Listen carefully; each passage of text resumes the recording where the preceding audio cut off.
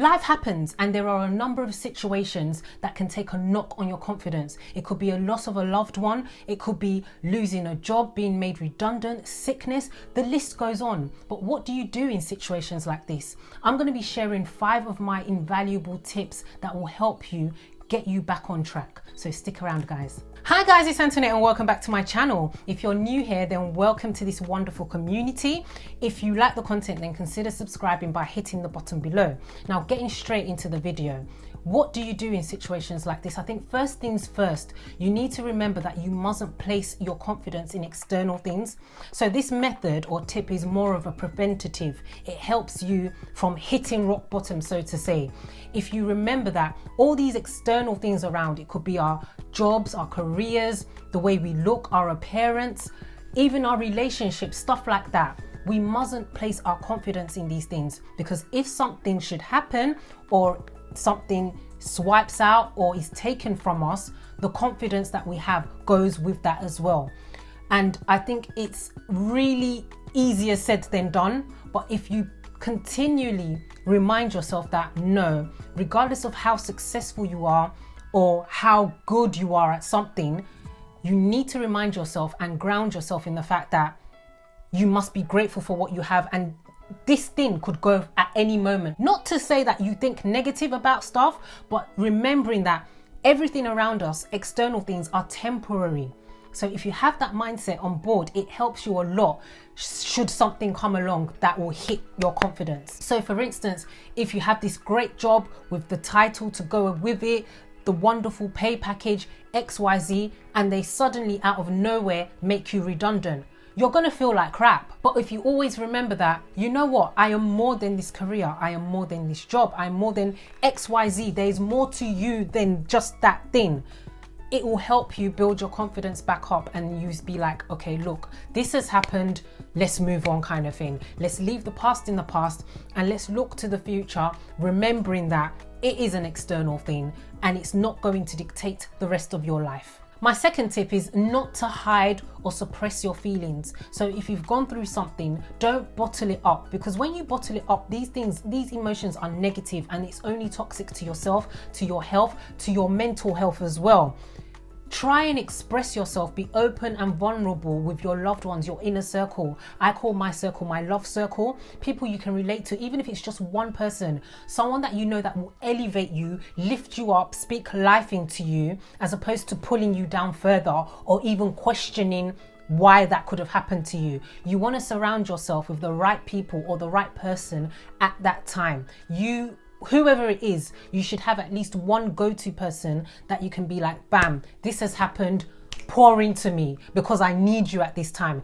Don't be afraid to need people. There's certain times in life when we need people to help us up. There's certain times in life where for instance, I can't even pray. Let's be real. So you need people around you that will pray for you, people around you that will encourage you, people around you that will lift you up and say, this isn't always going to last. You're going to get out of this. You want that. You want life-giving word people, if that makes sense. So basically, surround yourself with the right people and don't be afraid to be open, honest and vulnerable with them. Remember, the right set of people, your inner circle, your loved ones, whoever it is, so you can express yourself and get whatever it is that's on your chest off your chest. It will help you heal as well. It will help you move on and get it in the past so that you can press ahead. Another tip is to try and remember the good that you've accomplished. Try and celebrate wins, even no matter how small it is. Successes from your past. I have a gratitude journal, things that I'm grateful for, things that have happened in my past. So when times like this come, I pick it up, I can go through it. You know what? By the time I've read 1 or 2 pages, I begin to see things in perspective, and you realize that regardless of how tough that situation is, it's minuscule in perspective to everything else that's a blessing around you. So you need to try and be grateful, and it's hard to remember being grateful for certain things, but if you journal and you note these things down on a consistent basis, then it will be easy for you to latch onto that as reference should hard times come and should questioning times come. You'll just be able to look back and think, okay, I'm going to get through this because XYZ has happened in the past and I overcame that, and I'm grateful for this and I'm grateful for that, and I have this and I have that. So whatever this situation is, I'm going to get through it. So remember the good stuff. Riding on the back of that last tip, my next tip is don't question why, but what. So basically, don't question why this has happened, but what I can learn from this. And this is probably going to be a process. So you're not going to be able to do this at the beginning, or it'll be hard. It's hard for a lot of people to start to say, okay, what can I learn from this? What can I analyze in this situation? You're in a situation where you're still trying to process the fact that this has happened, let alone be saying, okay, what can I learn from this? But when you eventually get to that stage where you can sit back and think, okay, I'm in a good state of mind to analyze this. What can I learn from this, as opposed to why did this happen? Because when you start questioning why, you start to pull yourself down. You start to drag yourself into this place where you see yourself as incompetent, as opposed to there's a number of reasons why this could have happened. It doesn't necessarily have to be a bad thing. So just change your perspective, change your mindset on this. And like I said before, this is not necessarily something that you'll do from the start. It's something that you will eventually process through. And going on from that, learn a new skill. Try something new. Life is about new experiences, trying out new things. Surround yourself with new people, for instance.